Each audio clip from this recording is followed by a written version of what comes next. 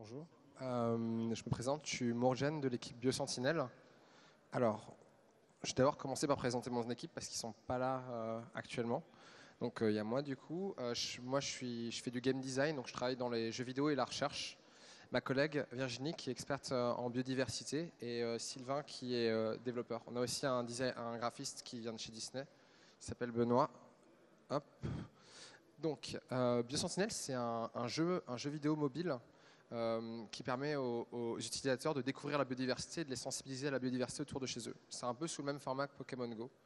L'idée, c'est que moi, je travaillais déjà avec Virginie, qui travaille sur la biodiversité avant, et je me suis toujours posé plein de questions sur la biodiversité.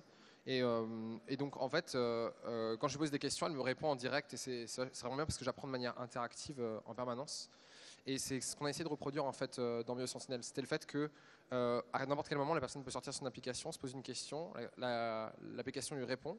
Donc voilà, sur la plante qu'elle est en train de prendre en photo, et ça lui construit un parcours pédagogique pour savoir en gros les prochaines plantes. Ça va sonner dans sa poche en lui disant là, pas loin, il y a une plante comme ça, si tu veux voir, etc. Et donc en fait, on ajoute au fur et à mesure des connaissances, des connaissances, des connaissances.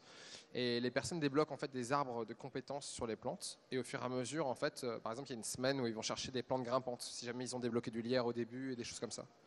Le but, c'est qu'on arrive à guider les personnes vers des objets de biodiversité dans les villes et aussi dans les milieux ruraux. Voilà. Donc, une autre partie importante de l'application, c'est les relais de terrain, notamment.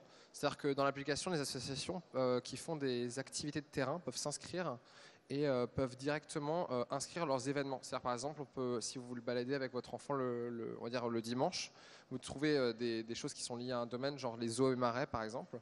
Vous allez voir en fait les différentes activités qui vont avoir lieu bientôt dans les prochains temps dans l'application. Voilà. Pour l'instant, on est encore à l'état prototypal, mais on a déjà une application qui est fonctionnelle pour les villes. Et ça, c'est quelque chose d'important. C'est qu'on commence, pour l'instant, c'est pas encore exactement sous le format de Pokémon Go. On fait des visites virtuelles qui sont limitées dans un temps précis. C'est pour les communautés, les villes, les territoires, les parcs. L'idée, c'est qu'on puisse créer du contenu ou que même puisse créer du contenu et qu'on puisse le valoriser de manière un petit peu gamifiée, que les gens puissent faire exactement la même chose, sauf que le parcours il est fixé et il est créé par le territoire ou la communauté. Voilà. Merci de votre attention.